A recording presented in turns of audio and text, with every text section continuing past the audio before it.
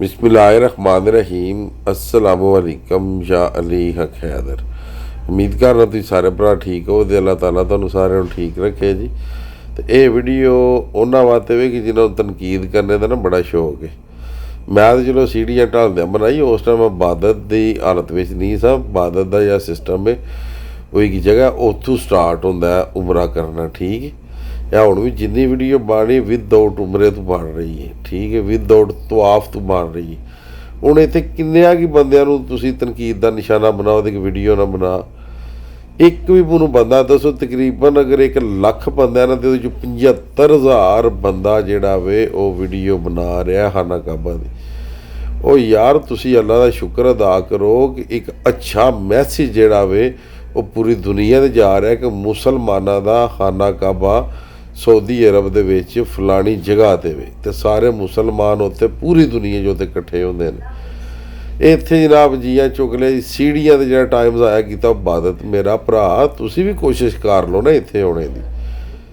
तुसीं ते बैग काले कीते, तुसीं कोशिश करो ना आके इत्थे ते उक्का बिल्कुल फोटो भी ना बनायो, वीडियो भी ना बनायो, तो कोई तुहानूं बंदा नहीं आखण लगा वे तुसीं फोटो वीडियो क्यों नहीं बनाई, ठीक है। तो जे फोटो वीडियो तो बगैर जे तुसीं जाओ इथों टुर, जिन्हों नहीं भी ना पता वे जेडे उक्का बिल्कुल साढ़े पुराने बाबे ने, असीं उन्हां नूं भी जनाब टच फोन दे के टोर रहे हैं कि बाबा तेनों नहीं पता तो उत्थे किसे नूं आखी।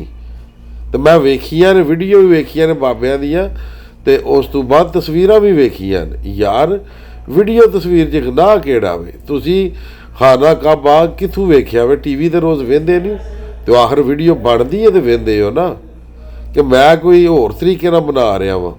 इस गल्ले करके सड़ना जे किसे होर पासे सड़ो, तो जे तुसीं मुकाबला करना तो फिर इत्थे आओ, अच्छी चीज़ दा करो ना मुकाबला। आओ इत्थे ते आके तो मैनूं कॉल करियो बई असीं जिहड़ा कि इत्थे वीडियो नहीं बनाया। वो सामने सबज़ बत्ती वेंदे हो पे, तवाफ उस सबज़ बत्ती तो शुरू होना है, ठीक है, कि तवाफ इथवाद भी शुरू कर लेना। जे ना किसी गल का पता होवे तो किसी आलम को किसी फादर को पुछ लिया करो, ए भाई येरी की कर रहे हैं, ये भी वीडियो बना रहे हैं, वो भाई येरी की कर रहे हैं, वीडियो बना रहे हैं, ए की कर रहे हैं इत्थे, ये तो मैनूं दसो। सारे खलोते ने, किहड़ा बंदा जिहड़ा वीडियो नहीं मैं बनाता, मैनूं वो बंदा वहाओगे जिहड़ा वीडियो नहीं बना रहे।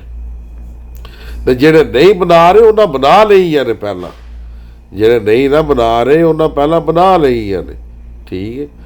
इस गल्ले करके अल्लाह पाक माफ़ी दे, एक अच्छी चीज़ नूं प्रमोट करने की कोशिश करिया करो। आया कि डीग्रेड करके तो या फिर तुसीं मुसलमान ही नहीं हो तां डीग्रेड करदे हो कि अल्लाह पाक दे घर दा किसी नूं पता ही ना लगे है, तां ही डीग्रेड करदे हो। ते असीं सब मुसलमान हाँ, ते अल्लाह दे घर नूं जिन्ना फैलाण हुंदा दुनिया ते उन्ना फैलाओ।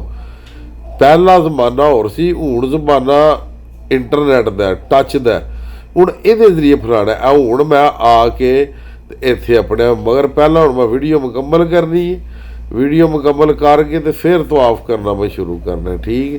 तवाफ करके तो फिर बाद जाके मैं वीडियो बनाना वा, ठीक है। अपनी इबादत क्लीयर करके तो बाद जाके वीडियो बनाना। यही हुण गल तुहानूं मैं इस टाइम सामने सुना रहा वा, ठीक है।